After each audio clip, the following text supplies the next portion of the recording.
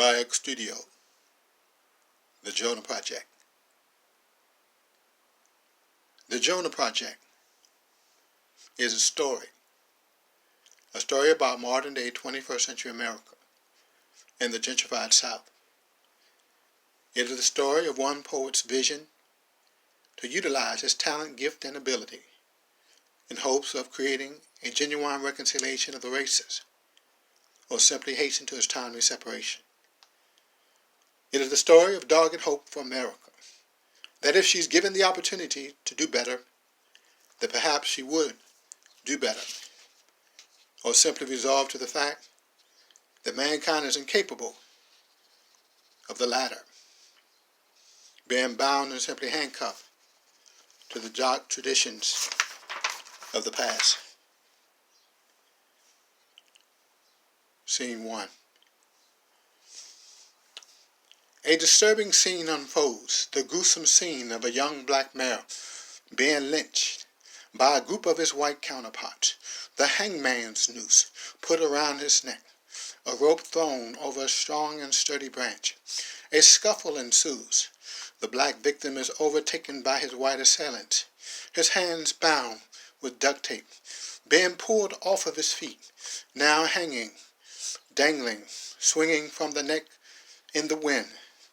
The body of a young black male, like the body of so many others before him, courtesy of the segregated South. Minutes later, his body left, swinging lifeless in the wind.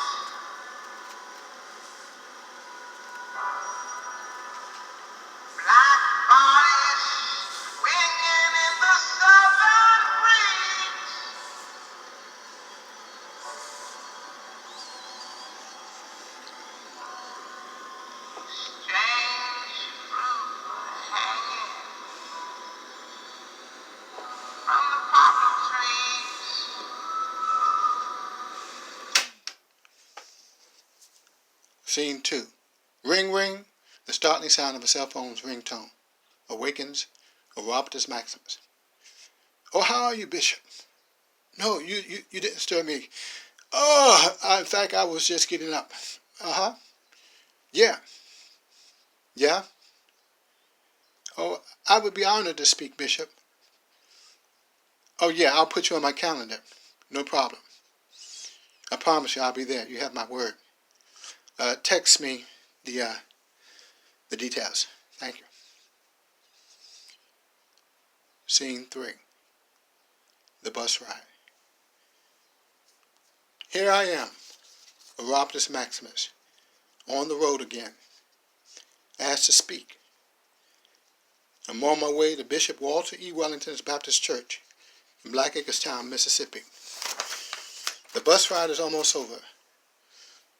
Staring in the reflection of the opaque tinted window of a charter bus, entertaining thoughts, visions of God's judgment on America. As it was in the days of Noah, as it was in the days of Sodom and Gomorrah, as it was in the days of Jonah. The ark has been shut, and now the rain is falling. Judgment has come, no longer stalling. The floodgates of the deep have opened its mouth, and now there's simply no way out. The earth is flooding. The floodgates of the deep has opened its mouth, and now there's simply no way out. Ring, ring, ring, ring. Cell phone ringtone. Hey, hi. Good to hear from you, Sasha. Can't wait to see you. Please tell your father that I'll be there shortly. Okay. to the red, to the brown, to the yellow, to the white, to the black, to the Republicans, to the Democrats, to the saints, to the sinners, to the losers, to the winners, to the strong, to the weak, to the bold, to the meek, to the haters, to the naysayers, to the living, to the late, to the unsung, to the great, to the seers, to the moles, to the rich, to the poor. Greetings, family and friends, colleagues and clergy, distinguished guests, sisters, brothers, and agents undercover, like Brother Malcolm used to say, everybody's here. Allow me to introduce myself. I am Stephen Silver, formerly known as the American Griot, now orator, poet, activist. That makes me an oropatist. I am your brother, your fellow freedom fighter, doing my very best to fight for the full and complete liberation, the full and complete and unadulterated liberation, the freedom, the justice, the equality of the black man and black woman caught up in the hills and hells of North America. I am a proud product of the Civil Rights Movement. I am a proud product of the Black Muslim Movement. Both movements are unequivocally and equally great. I am the synthesis of Martin's love and Malcolm's hate. And for those who don't know me, for those who don't have a clue, let me say right now that I'm pleased to meet you. And for all others who just don't know it, I am the one they call the poet.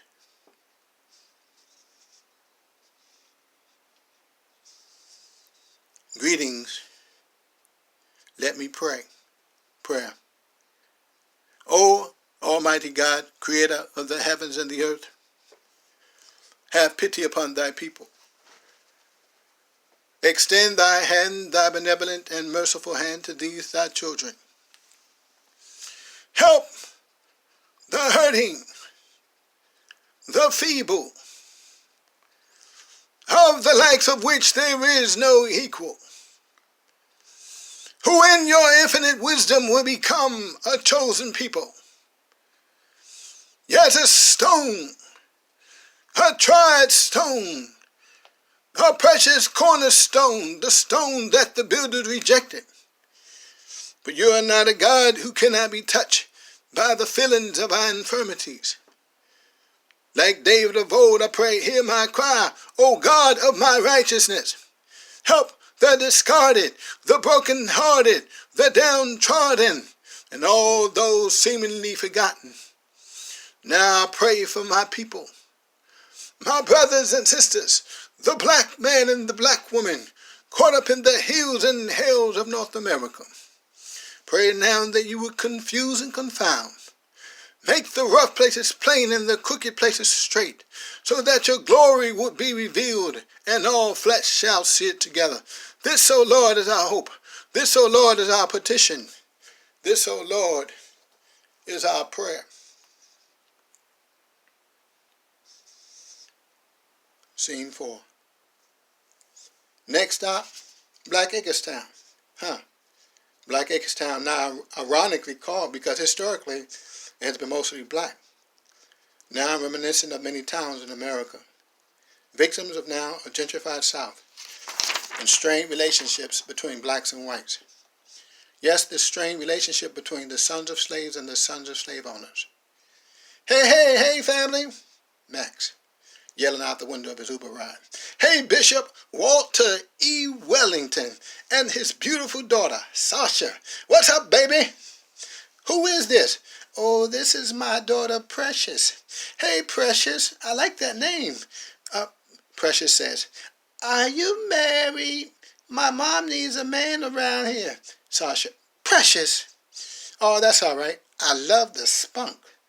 Precious walks away. An awkward moment as Precious walks away, clearly smitten by spina bifida. Okay, Sasha, show me around. Black Acres Town is looking more like White Acres Town. Max, does Pope still live here? Sasha, no. What about Miss Helen? No. Okay, what about the Zimmermans? Nope, all gone. Enters Miss Crabtree. Miss Crabtree with a little doll. Howdy, howdy. Sasha, this is Oropatous Maximus. Miss Crabtree says, I know who you are. Your reputation precedes you. As the Neighborhood Advisory Committee Chair, it is my business to know everyone in the town. I am also the daughter of Alfred Simmons, the church down the street. Max, or perhaps I can speak at one of your gatherings. Stammering and stuttering. Miss Crabtree. I don't think so. I don't know how y'all do it in the north, but here in the south, we like to worship with our own kind. After all, I can't stand all that hooping and hollering y'all do. Miss Crabtree's dog, in an awkward moment, assumes the position, squatting, eliminating its waist on the grass. Oh, looky, Miss Crabtree. Poopy made poopy. Let Mama get that. Y'all be good now. Miss Crabtree, oblivious to the fact that she insulted everybody in the building. Sasha, here's Dad's church. Let me introduce you to some of our members. This is Mrs. Needleman, the choir director. Howdy. I'm also a friend of your father. I'm a close friend to the bishop. I have heard much about you. I just can't wait to hear you speak on Sunday. Oh, you have such strong muscles, so handsome. Sasha, yeah, that's my man. Yeah, she walks away. Tootie too. Yeah, that's Miss Needleman. More like Miss Needleman. She's got her eyes on the bishop, but she's harmless. Sasha. Now, this is Mr. Sweeter, the assistant choir director. How are you doing, son? Yeah, good to see you. He walks away. He's gay. He's sweet. Sasha says, he's sweet, I know. Literally. Well, Sasha, it's been nice meeting all of the members of your church, but I'm starving. How about you? Let's get something to eat. Sasha, let's go to my house. I'll fix you up some homemade fixings. I can cook, you know. I can clean. I can, forgive me. I just had a moment.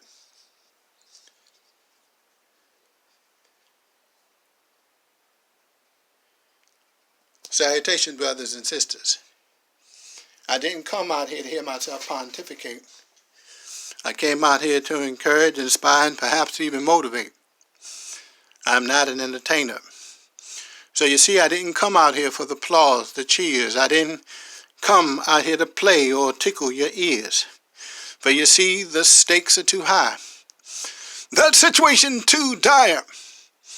Our people are suffering this very hour. So I've come to speak truth to power. Oh, I pray that I may speak with the eloquence of Dr. King, to speak with the militancy of a Malcolm, to speak with the courage of a Sojourner, to speak with the ferocity of a Nat Turner. And there I draw strength for the moment from Langston Hughes, from Paul Laurence Dunbar, from Dr. Maya Angelou, and all my former fellow poets. And to my enemies, I want to say thank you. I want to say thank you personally for coming on out of the cold and taking this butt whooping personally. But in the words of James Baldwin, America, white America, I'm not your Negro. I don't scratch where I don't itch. I don't dance if I don't like the music. I march to the beat of a different drum. I'm self-determined, self-actuated, self-motivated. I don't fit your stereotype. I don't smoke. I don't drink. I don't use drugs. I have absolutely no need to smoke the weed. I'm a Superman. I have testicular fortitude. I don't budge. I don't bend. I don't chase women. And I don't chase men.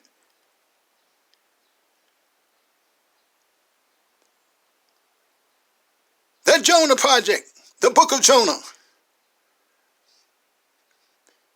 Now the word of the Lord came unto Jonah, saying, Arise, go into Nineveh, that great city, and cry against it, for its wickedness has come up before me. And the word of the Lord, but Jonah arose to flee to Tarshish from the presence of the Lord. And the Lord sent him a great wind into the sea. And there was a mighty tempest in the seas, such that the ship was broken. And the Lord prepared a great fish to swallow up Jonah. And Jonah was in the belly of the fish 3 days and 3 nights. And the Lord spake unto the fish, and the fish vomited out Jonah unto the dry land. And the word of the Lord came unto Jonah a second time, saying, Arise, go unto Nineveh, that great city, and preach unto it the preaching that I bid thee. And Jonah arose and went to Nineveh. And the people of Nineveh believed God. And they proclaimed, Who can tell if God will not turn from his fierce anger, that we perish not? And the Lord saw that they had turned from the evil ways. And the Lord repented of the evil that they said they would do. He would do. And he did it not. Scene 5. Max moving boxes and cleaning the attic. Sasha. Oh, it looks good up here. Precious would love her new room. She's getting bigger and she needs a room of her own. I'm not getting any younger. Dad is on medication while Precious's medical bills are piling up. It's nice to have a man around. Big, strong muscles, handsome, intelligent. Yeah, that's what I need. That's what I need. Max. Earth to Sasha, earth to Sasha. Sasha. Sunday's the big day. Are you ready to speak? Yeah, I can't wait. Dinner will be ready in a minute. Get cleaned up and let's eat.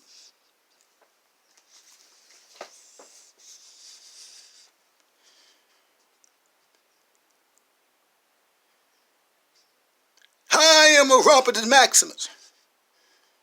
I will be very briefly speaking on the Jonah Project. The Jonah Project, or the Jonah Movement, is perhaps the last ditch effort, the last mass movement in America for the reconciliation of the races. Its aim is to secure the resources of this nation in order that so-called minority groups can survive and thrive as independent, yet interdependent people. I say interdependent because in some shape, form, or fashion, we are dependent on one another. If my memory serves me correctly, I believe it was the Reverend Dr. Martin Luther King Jr. who said, and I quote, "We are caught in an inescapable network of mutuality, that we're tied in a single garment of destiny, and whatever affects one directly affects all indirectly.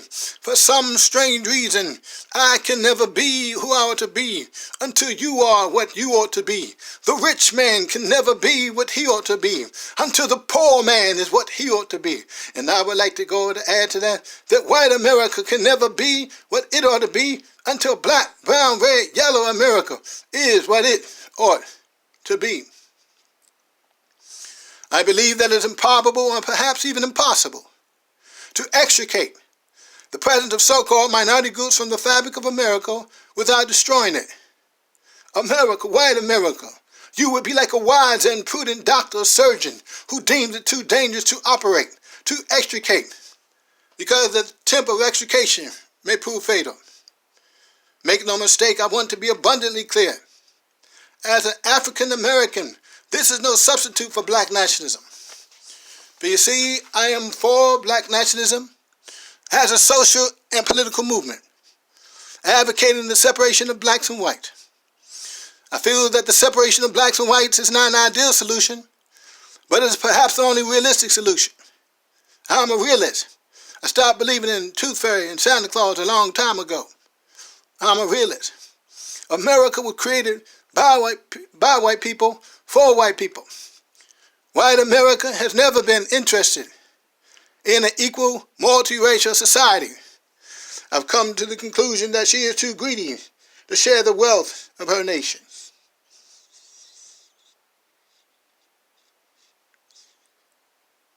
Scene 6.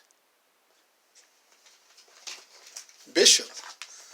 Daughter, that was good. Max, did you enjoy your dinner? Oh, indeed, Bishop. Sasha would make a mighty good wife. Max, I'm so proud of you. I hear you are doing great things in D.C. Everyone is talking about the poet. Me, I didn't pass the 3rd grade. I only learned the rudimentary principles of reading and arithmetic. Being a pastor for over 50 years, it's all I know. My church isn't a typical church. I work hard to make it socially conscious. The Lord knows I've done my best. People don't want sound preaching anymore. Anyway, Max, I'm proud of you. You're doing good, son. But you can't be doing that good without a wife. God knows every black man needs a strong black woman by his side. Sasha here would make a good wife. Sasha, Dad, you always talk too much when you get a little taste. Bishop, God knows my heart. I pick my vices. The good Lord don't mind me getting a taste every now and then. Max, I'm just itching to hear you speak this Sunday. The whole town is talking about the poet, the Jonah Project. But do you really think that whites will change? Do you really think that they will repent and repay, as you say? A hard sell, my son, but I wish you the best. I like the way you bring strong black pride. Max. Speaking of pride, whatever happened to old pride of Black Acres Town? Sasha. The pride is more like the great shame of Black Acres Town. It's run down. It's the place where pimps, prostitutes, and dope peddlers hang out. Max. Bishop, I got an idea. Let's go to the Pride in the morning. Bishop. Like I was saying, white folk are stubborn, and they can be dangerous. So watch your back. 2 hours later. All right, gentlemen.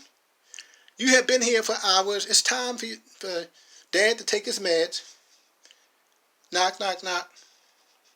Max, is something at the door? Were you expecting somebody? Sasha. I don't know who that is. Max, please, let me get it. Max opens the door, saying that he have had company.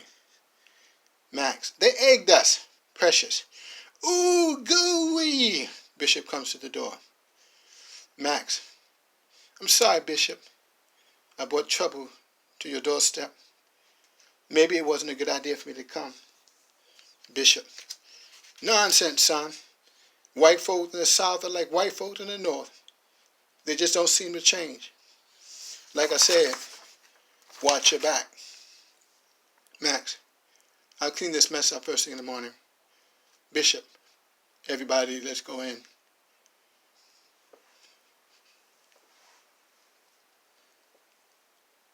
The Honorable Elijah Muhammad, the leader of the Black Muslim movement and the Nation of Islam, which happened to be the underpinning of my philosophical and theological base, believes, based on history, that the white man in America is a damnable devil, incapable of being reformed. He taught that the white man in America is not a devil, but the devil in the flesh. Not some red man in the center of the earth with red tights, but the devil incarnate. But like many who grow in their beliefs, I use the minister Louis Farrakhan himself as an example, has moved to a more moderate and inclusive belief system. Hence, we're back to black nationalism and my belief in the necessity of the separation of the races if the Jonah Project fails, and we're left with no other alternative.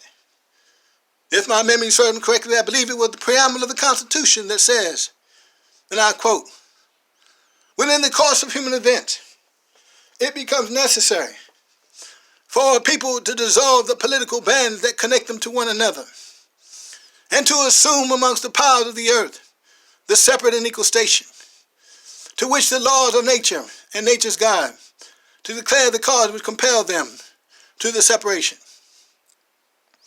As an African American, I'm offended when whites suggest that we as blacks should be the ones to leave America in response to this dilemma. But I say it emphatically, that we're not going anywhere.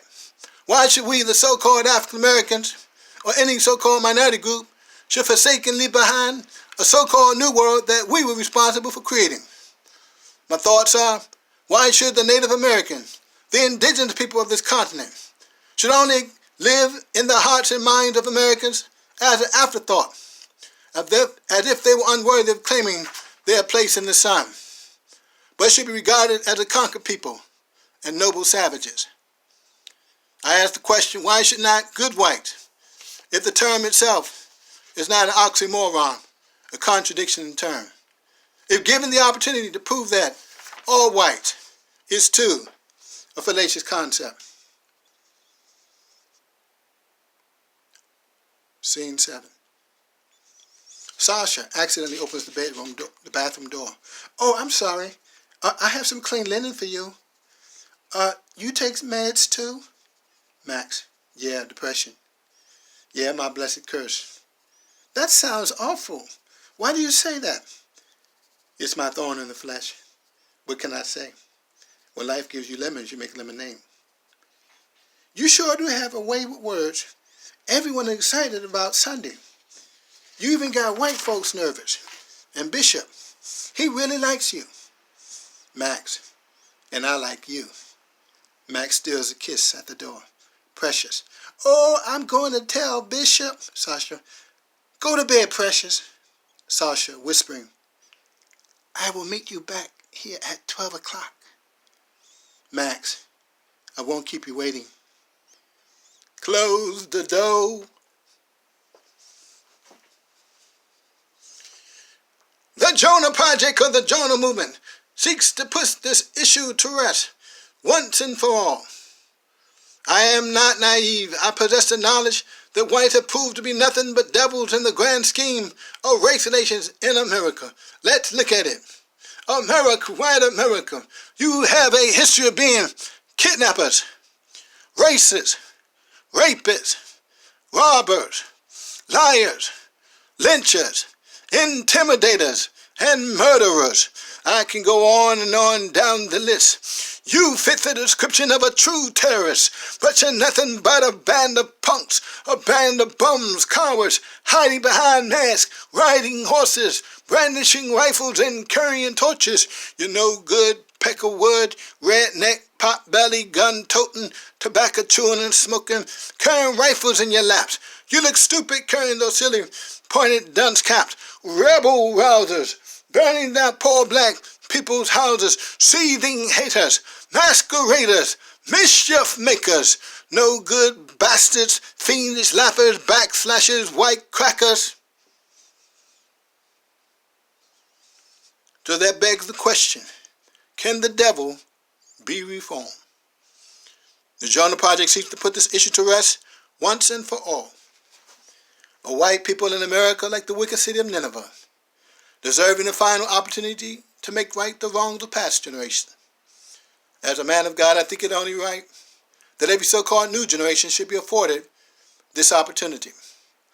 White America, I'm not your judge. The God I serve chastises his own children, saying that we must practice mercy if we want to be recipients of mercy, suggesting that God is not only a wrathful God, but is also capable of extending mercy, as is evident in the biblical story of Jonah, the wicked city of Nineveh, Hence, the Jonah Project. Scene 8. The next day around 3 o'clock, Max is taking charge. The sound of progress, men working. Bishop enters. My, looky here. You're doing some mighty fine things here, son. Max, a little carpentry, a little drywall, a little paint, and the old pride is back in shape. Max, Friday, Bishop, I want to put on a talent show, galvanize the community. Whoop, whoop. The sound of police cars at the door. Enters Sheriff Connolly. Who's in charge around here? Max, I am. What's your name, boy? I am Oroptus Maximus, and I would appreciate it if you don't address me as a boy. I am a grown-ass man. Ha ha ha ha. Mr. Maximus, your reputation precedes you. Uppity Negro, your reputation precedes you. Uppity Negro, aren't you? I'm sorry, I'm going to have to give you a citation. I'm going to have to ask you to cease and desist this operation. You cannot, I repeat, you cannot do construction in this town without a permit, Mr. Grown-ass man. I'm going to have to give you a citation, Max. $1,000? Yes, and you better take care of that soon, or we'll double on you. My work is done here.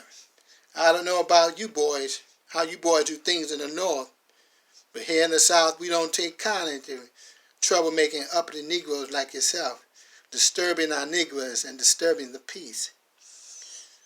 Let's go, gentlemen. Our work is done. Laughter. Precious crying. Why are you crying, Precious? We can't have a talent show. We can't have a talent show. Oh, Precious, we will have a talent show. I promise. Max. Bishop, is the court building still on 3rd Street? Bishop, I'm one step ahead of you, son. I'll get the car. And son, don't worry about that ticket. The church has some extra funds in the kitty. A man should not be punished for doing good. Thank you, Bishop. I grabbed my coat. Bishop, yeah, that's Sheriff Connolly. You don't want to mess with him. He rules an iron racist fist. Max, well, all I have to say is that he doesn't want to mess with me.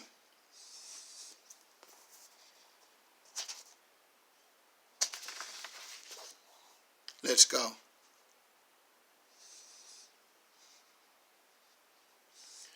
Again, I am not naive. I think it only prudent to create allies instead of enemies.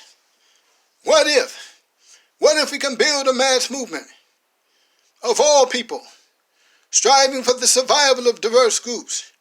What if we as blacks and members of so-called minority groups can extend a olive branch to America and reach the so-called good-willing whites? What if we could create